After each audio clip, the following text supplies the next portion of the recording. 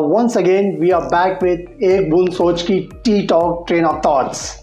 In each and every episode, we try and bring some stories on leadership, on entrepreneurship, and maybe some of the relevant social issues. Today, we are taking the episode on creativity, and we have got with us on Tea Talk platform Mr. Bharat Dabholkar, Indian actor, director, writer, ad guru. He had graduated as a law student, but soon forayed into the world of advertising and started as copywriter. I think brain behind some of the famous ad which are there is of an Amul, Videocon, Fruity, and Appy. And through his success, he has been known as a father of HINGLISH, and then he had also acted in many of Bollywood movies, and also has ventured into the theatre. Sir, welcome to Tea Talk platform. Thank you. And in fact, you've started from Marathi medium, then to the advertisement world. Can you please share your journey with our audience? How, basically, somebody from a Marathi medium venture into the advertising world, which is full of sophisticated people out over there, Okay, you see, I did my entire schooling in Marathi from my first standard to SSC in a school in Girgaon called Aryan Education Society's High School, where all our subjects were in Marathi. Uh-huh. In the 10th standard, we had lower English. We had this is a boy, this is a girl. That was the English that we had in 10th standard. I see. And after graduating in after passing out SSC, I joined Elphinstone College. I see. First year arts. Now, Elphinstone and Xavier's at that time were these very sophisticated South Bombay colleges, and everybody spoke English. Mm-hmm. And I couldn't speak a single sentence in English. Even if a person came to me and said, Bharat, shall we bunk the next lecture and go for a film? I would answer that in my mind in Marathi first. मी आईला घरी जेवायला येतो म्हणून सांगितलंय, मी नाही येऊ शकत. Then I would translate that in my mind. I have told my mother I'll be home for lunch, so I will not come. Then I would say it 2-3 times to make sure that my pronunciations were correct. Mm-hmm. So by the time I had an answer ready, that person would have gone for a film and come back. So it was that bad. I couldn't speak English at all. Oh. But at some point I realized that in India there's nothing like perfect English. Everybody speaks English in their own way. Maharashtrians speak in their own way, Tamilians speak in their own way, Sindhi speak in their own way, Punjabi speak in their own way. In the world, there's nothing like perfect English. The French guys speak English with a French accent. The British in England itself, there's a Cockney accent and a Scottish accent and an Irish accent. Mm-hmm. So I said, why should I worry about if I speak correct English or not? I can speak Marathi, I can speak Hindi. Yeah. I grew up with Gujaratis, so I read and write Gujarati. Uh-huh. So I said, I know Gujarati. Now what happens with all of us who come from a vernacular medium school, whether it's Marathi, Gujarati or Hindi, we know English. We are scared to speak in English because when we start talking, we feel that we may not know the correct word to use. Yeah, pronunciation. So you are always very, very scared that you'll not finish a sentence properly. Mm-hmm. So I said, I may not be able to know the correct English word, but I know a Marathi word or a Hindi word or a Gujarati word. So why don't I use that? And these are my friends that I'm talking to. They're not judging me by how well I speak English. Mm-hmm. So that was, I would think, the beginning of what later on got called HINGLISH, which was a mixture of different languages. So there was not a full sentence in English. Mm-hmm. There was a Hindi word in between or a Marathi. Okay. So I always say that I am not some creative genius who created English. Mm-hmm. It was a handicap that I had. I couldn't speak both the languages. So I had to mix and match to make sure that I could speak a sentence. Okay. So that's how my going into college started, mm-hmm. and speaking English. Mm-hmm. And I did BA honors with economics and sociology and anthropology. Mm-hmm. And I never wanted to get into advertising. I wanted to be a police officer. Uh-huh. My lifelong ambition was to do IPS exam and be which is why I did law. So then I joined government law. I did 3 years of law. Mm-hmm. I did LLB. I also did business management, mm-hmm. and started working as a management trainee in Forbes Campbell. I see. And working there, I used to see people who used to come and make advertising presentations and things. And I said, look, that's an interesting industry. Nice. And I used to write essays and things in school. Mm-hmm. So why don't I get into advertising? Okay. And I must have applied to 10 agencies. Nobody wanted me. Mm-hmm. They all said, you're a lawyer. You have no experience in advertising. Why should we take you? And finally, with my luck, one agency, Dikuna Associates, they were looking for a client servicing person. So they employed me. And that's how the career in advertising started. Okay, and you never intend to do law like it's a... Law was only because I said if I joined the police force, law would help me. Yeah. That's why I did law. Okay. But I did all 3 years of law. So I'm an LLB. I mean, if I always say if I can afford a black coat, I can start practicing. But I never practiced. Okay. In fact, we have also seen that WORLI Davidson, your auto rickshaw, which is there, like, and we have totally modified, like, you know. Yeah. What is the story behind that? See, I'll tell you what I do. I believe that, creativity is not just something that you go to office and say, now I'm going to be creative and write a campaign. You should always think of doing some creative things in life. So rather than buying expensive cars, which most people do, I buy old second-hand cars, very cheap, and then I modify them. I design a thing, I get them. So I do all these kinds of things. So I always had a bike since my college days. I had a Enfield Bullet. At one point in advertising, I said, let's buy a bike again. And then I said, no, but it's not going to be very practical because you'll have a laptop to carry. If you're going for a meeting, you'll have some files or some people with you. So I said, instead of that, why don't we buy a rickshaw? Because then 4 people can sit in it. So I went and checked the price of a rickshaw. And I found at that time, I'm talking about 15 years back, a basic rickshaw without the hood or anything was costing about 1,20,000 rupees, a Bajaj rickshaw. I didn't want to spend that kind of money. So I went all the way searching for a second-hand rickshaw dealer and found a guy called Babu Bhai in Poisar bus depot. I see. So I went to Poisar bus depot, made friends with Babu Bhai. I said, sell me a good rickshaw. So he sold me a rickshaw for 17,000 rupees. So I got that rickshaw. I didn't do any great modification. I just opened it up, put an acrylic top, bought a Maruti seat from Chor Bazaar, put that in the front, painted it silver, and I had a house in Worli. So I'd gone to Hong Kong or someplace. So there they were making these Harley Davidson stickers. So I said, can you make a sticker for me? But don't call it Harley Davidson, call it WORLI Davidson. So they made a sticker for me saying WORLI Davidson, which I've stuck onto that. Then I went and got a license. So I have a license for rickshaw. Okay. And my rickshaw did not have the Mahim restriction. I see. Normally rickshaws in Mumbai can't go beyond Mahim. Correct. My rickshaw I can take anywhere I want. I've taken it to Raj Bhavan, I've taken it to Kolaba, Navy Club, everywhere. I think also while doing a research, I've also heard, I think you were invited to one of an... that's a very interesting story. You know, Navy Nagar, they have a fantastic, all the senior naval and army officers live there. And they have a fantastic hall, the Naval Hall. And every year they have an Admiral Soman Memorial Lecture. And they call outsiders. And all the senior naval guys who are in town that time, admirals, rear admirals, vice admirals, commanders, whoever, their wives, they have that Sunday morning talk by an outsider. So one day, they called me and they said, sir, 10 o'clock is a function. I said, look, I'm never late. As I told you, when you said 6, I said, I'll come at 5:30. I said, I'm half an hour early. I am never late at any function. So I said, don't worry, I'll come at 9:30. They said, no, sir, you can't do that. We have a protocol. That when all the senior officers and their wives are together having tea, then we send our riders on the motorcycle to go and get that man in, the chief guest in. So where are you coming from? I said, I'm coming from Chembur. They said, okay, we'll have somebody waiting at Regal Theatre, 2 bike guys. And they'll escort you. They'll escort you inside. So I said, okay. So I went in my rickshaw. So I called up this Commander Vasan who had invited me and I said, Commander, I'm here at Regal. He said, my riders are waiting there. Which car are you in? I said, I'm in a rickshaw. He said, no, sir, don't joke. For which car are you in? I said, I'm really in a rickshaw. I can see your riders. So I waved at them. So I went to that function with 2 fully uniformed naval guys in the white bikes with those flags flying. And me driving the rickshaw behind them.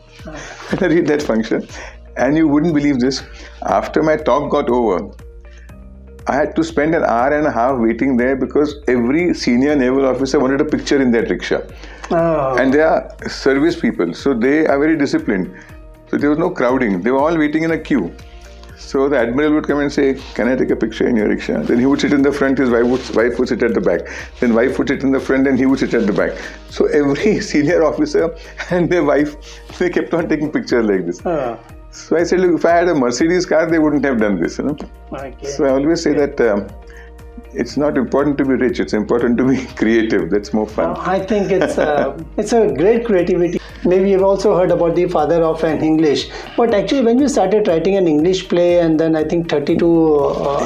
Now what happened was, I was never interested in theatre, very honestly. I even in college, I did boxing for Mumbai University for 2 years. I did, which people don't believe now, but I won Intercollegiate Youth Festival trophy for group dancing for 2 years, where I did modern ballet and Spanish gypsy dance, which nobody believes that. So I don't tell that to people. So I wasn't interested in theatre, but when I joined advertising, see, a lot of advertising people were into English theatre. People like Alec Padamsee or Sylvester Dicuna, who I was working with. So they used to do these English plays, but they were doing plays which were very English plays. Meaning an imported play done in England, they would do it exactly like that here. So the names were the same. So it was a Tom and Mary or whatever the names were. It was an English play done in India by Indian actors. So not many people went to see that because, see, people who understood Marathi went and saw Marathi theatre. People who understood Gujarati saw Gujarati. People who understood Hindi saw Hindi. So it maybe had audience for about 20 shows maximum, an English play, 25 shows. Correct. So when I got into it, I realized that why don't we do something which is more akin to what people want to see. So my first play was, there's a very legendary writer in Marathi called P.L. Deshpande, Pula Deshpande. One of his best plays is called Tuja Hai Tuja Pashi. So I said I'll translate that and adapt that. So that was the first play which was done, which had Shairi, it had shloks from Bhagavad Gita, English play, where I did not take anybody from English theatre. So I had Manmohan Krishnaji playing a character. I had a character from Gujarati theatre, Hansu Mehta. I had Harish Patel, who was doing Hindi theatre with Shafi Inamdar and things. I had Mohan Bhandari. So none of these guys could even speak English properly. I see. And I said, doesn't matter, we'll rehearse. And they all rehearsed. And that play changed the entire scene of theatre in India. Suddenly people realized that we understand this kind of English. This is our kind of a play. The person who's talking there, he's wearing a dhoti. The chap is wearing a salwar kameez. The lady is wearing a sari and talking. Her name is Usha Tai. This one's name is Geeta. They were not John and Mary and Tom and those British characters. So what we call in advertising, there's something called empathy. Which means that you feel one towards the person you are. Be in their shoes and feel like. So that play worked brilliantly. So that led to another play.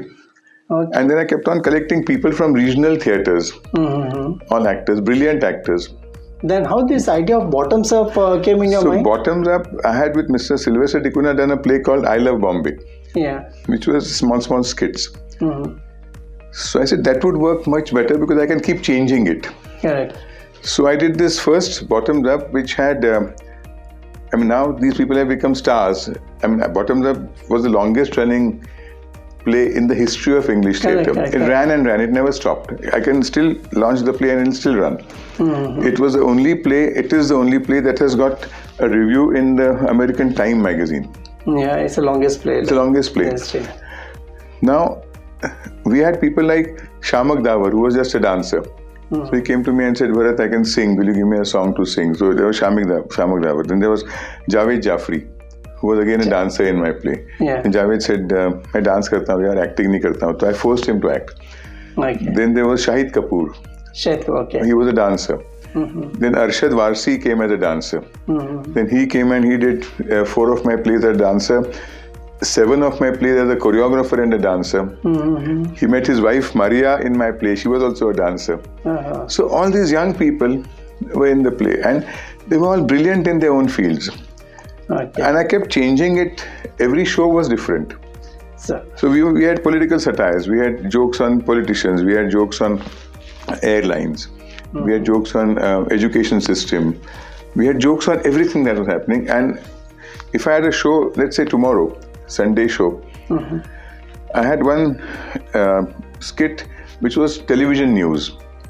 Now, if tomorrow morning something happened, in that show there would be a joke on what happened tomorrow morning, which wouldn't be there in the next show. So it's all contemporary. It was very contemporary. I see. So people would keep on coming and seeing it again and again.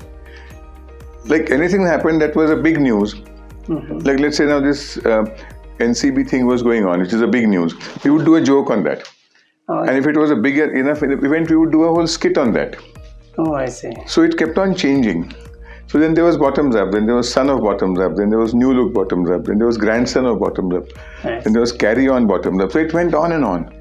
So till now I've written 32 plays. And how about it? Blame it on Yash Raj? How that came in your mind? Like, see, what happened, I realized is that in India, weddings is the biggest thing. Yeah. People spend huge amounts of money on weddings, and somehow what has happened is every community had their own kinds of wedding. Like I'm a Maharashtrian, so we had a one-day wedding. We would have a wedding in the morning, muhurta, lunch, evening we have reception. You call your friends, more people. Morning wedding is little few people.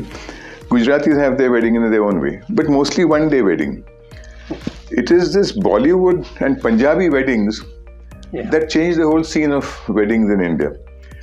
Everybody wanted a Punjabi style wedding. Correct. So we never had this thing about Sangeet and cocktails and all. We didn't have that. We had one day wedding, morning to night. After that night, nobody saw each other again. So I said, we must do a play on this wedding thing. Now, Yash Raj, I called it Blame It on Yash Raj because one, I was very close to Yash ji. He was very fond of me. Yeah. And to me, this entire romance and bigness of weddings and all that, Yash ji brought into Indian cinema. Correct. All this Switzerland and beautiful locales. And yeah. So I requested him, I said, look, can I use your name as a representation of Bollywood? And he said, okay. So that's why I could use Blame It on Yash Raj. And I said, let's make a story of a Punjabi father, Bengali mother, and the daughter wants to marry a Muslim. And what happened in that family when she comes and says, I'm marrying a Muslim? Correct. And then how we have this thing about Muslims. We feel that all Muslims are terrorists. So I had a scene where the father imagines that when she says he is a Muslim, that terrorists would be now coming in black clothes and machine guns in their house and shooting everybody. And in reality, you realize that the Muslim family is more educated, more sophisticated, and more liberal than these guys. So that the whole thing was about the thing of how we have our own prejudices and they don't really work. Okay. And it was a musical, so we had songs and dances. In the end, we had a 10-minute Sangeet where I had taken popular Hindi songs and written new words on that. Oh, I see. So if you had Munni Badnaam Hui, I would do a thing of the mother singing Mammi Badnaam Hui, Darling Tere Liye, in preparing for your wedding and making so many mistakes. Is this creativity right from childhood, the creativity was there? Or? Yeah, it was there. I used to always write essays and things in school. But I was always fond of it. I would always make fun of, I shouldn't be telling you, but we should always make fun of professors in a class, and we used to make jingles on them. Because at that time, the jingles had started on radio and all that. So you would make a jingle and make the professor's name in that. So these kinds of things I used to do, but nothing seriously. I think such a multi-talented Mr. Bharat Dabholkar, from Hindi vernacular language, getting into the ad world and all the creative things what we have seen, father of an English and also modified his WORLI Davidson rickshaw which is there, had around about 32 plays which are there. So how you got into the Bollywood, See, I never wanted to get, I am the world's worst actor. I am the worst actor. That's why I never take a big role for myself in my plays. I never had any desire to get into, because I had advertising going on, which is a full-time job. Plus I had theatre happening, and my theatre was changing every week. So throughout the year we would have plays happening, and I would keep writing new things for the plays. That kept me busy. We would tour all around the world with my plays. Plus advertising, we had campaigns happening. And it's a very strenuous thing, advertising. So I had no interest in getting into theatre, but as luck would have it, one day I got a call from Shah Rukh Khan, who said, Bharat, I have seen your play or whatever. and I'm doing a film called 1 2 Ka 4. And there, see, Jackie Shroff and I, we are friends from before he got into films. We used to stay at Malabar Hill together. Nice. His house was 5 minutes away from mine. So we were friends from then. Juhi Chawla I had known. So he said, Shahrukh said, there's Juhi and Jackie and all these guys, they're your friends. So I said, Theek, if it's not outside Mumbai, I'll do it. So I did 1 2 Ka 4. When I was doing that, one of my clients, R. Mohan, who launched Goodnight, Goodnight mosquito repellent and Hit, I launched all those. These are all my products, Goodnight, Hit, Snuggie, diapers and all that. So he said, I'm making a film with this guy called Joy Augustine, who had launched Arshad Varsi and Chandrajot Singh in Tere Mere Sapne. And I want you to act in that. So I said, okay. So I was doing 1 2 Ka 4 and I did that side by side. Then suddenly one day I got a call from somebody who said, Ram Gopal Verma wants to meet you. Can you come over to our office? And I said, I mean, what? So Ram Gopal Verma said, look, I'm making a film called Company. And there's a very powerful role of a minister. And you know, my habit is I sit like this. Yeah. Wherever I go. Now I'm sitting in front of Ram Gopal Verma like this, and he was sitting like this. And at one point he said, you know, Bharat, I am the director of this film. You've come here because I'm giving you a role. And you are sitting like you are the boss, and I am sitting in front. I said, I'm sorry, this is my habit. He said, no, that's the attitude I want in the film. That I want you to be the kind who is bigger than Ajay Devgan and the new boy called Oberoi. So I did Company. We shot for 2 days in Switzerland, 2 days here, 2-3 days here. Then suddenly I got a call, this is strange, from Filmfare. They said, Rajnikant's office has called up and they wanted your number. Can we give it to them? I said, are you guys crazy? I'll go and meet Rajnikant. I mean, he is like a person we would love to meet. So Rajnikant's office called up and said, we are doing a film called Baba, where Tamil film, with Rajnikant is the hero. And we want you to play the role of Chief Minister of Tamil Nadu. Very big role. In fact, Amrish Puri was my assistant for 5 scenes. That's all. That's how my big role was. Nice. And I went and shot for 18 days in Mysore. And it's a long story. We'll not discuss it now. But I have never met a man like Rajnikant in my life. I know everybody in all the industries. I've never met somebody who's as confident and as humble as Rajnikant. What makes him so great beyond every other superstar is not just the cinema thing. As a human being, he's so nice. So I did that thing. Then somebody else called me and said, Madhur Bhandarkar called up and said, I'm doing a film called Corporate. Will you do a role of a espionage thing, corporate espionage thing? I said, okay. Then somebody called me up and said, I'm doing a Telugu film with Nagarjuna. Will you come to Hyderabad and shoot? So I went and shot with Nagarjuna. Then somebody, the Mohanlal Malayalam film, I've known Mohanlal because he used to model for us for one of our campaigns. So he called up and said, I'm doing a Malayalam film. For the first time, the 3 top heroes of Malayalam cinema, Mohanlal, Dilip and Jairam are doing it together. And we want you to do a role in that. So I went and did a Malayalam film. Oh, nice. So then I've done Marathi films. So it just went on. I'm not even interested in doing films. So now where you are today? It keeps on going, taking me wherever it takes me, I go. So where you are today? Who is the person behind Ad Guru Bharat Dabholkar? There's no person. There's a person is just somebody who wants to have fun. And for some strange reason, people are scared of him. The way I look, people think I must be very angry all the time. I must be drinking all the time and smoking all the time. And I'll tell you honestly, in my entire life, I have never touched a drop of liquor. Not even beer, wine or champagne. For our agency anniversaries, I open a champagne bottle. I don't touch it. I've never smoked a cigarette in my life, not even a puff. In my entire life. I'm not talking about that I should do it in college and now I gave it up. I have never tasted it. I don't know what even beer tastes like. And all Vijay Mallya's drinks I have launched. Every drink of Vijay Mallya that's in the market, McDowell No. 1, Signature Whiskey, Honeybee Brandy, London Pilsner Beer, all are my campaigns. And I have never touched it. But I look the way people think I must be some angry drunkard. That's a legend ad guru Bharat Dabholkar, from Marathi vernacular language to the world of an advertising and the creativity which is there, a simple and the humble person. Sir, I think it was nice to have you, to know about your story, about your creativity, right from childhood to now, from then father of an English, and we came to know a lot about your 32 plays which are there, and how you venture into the advertising world and into the movies as such. So it was nice talking to you. I hope the target audience of Tea Talk might have got some insights. Like, doesn't matter like whether you're from Marathi or from Hindi. It's how you pick up. See, creativity has no language. Isn't it? When we do like we used to advertise for LIC or Bank of India. So if you do an ad in English, it would get translated into 14 languages. It could work the other way around. You could do an ad in Marathi and it would get translated in 14 languages, including English. Like I used to handle lots of Tata tea brands in Malayalam, Kerala. So we would do the original ad in Malayalam. Okay. I would give a concept to a Malayalam writer and say, this is my idea, just write it down. And then we would translate that in other languages. So creativity has no language. So you can be from any medium, Marathi, Hindi, Gujarati, whatever.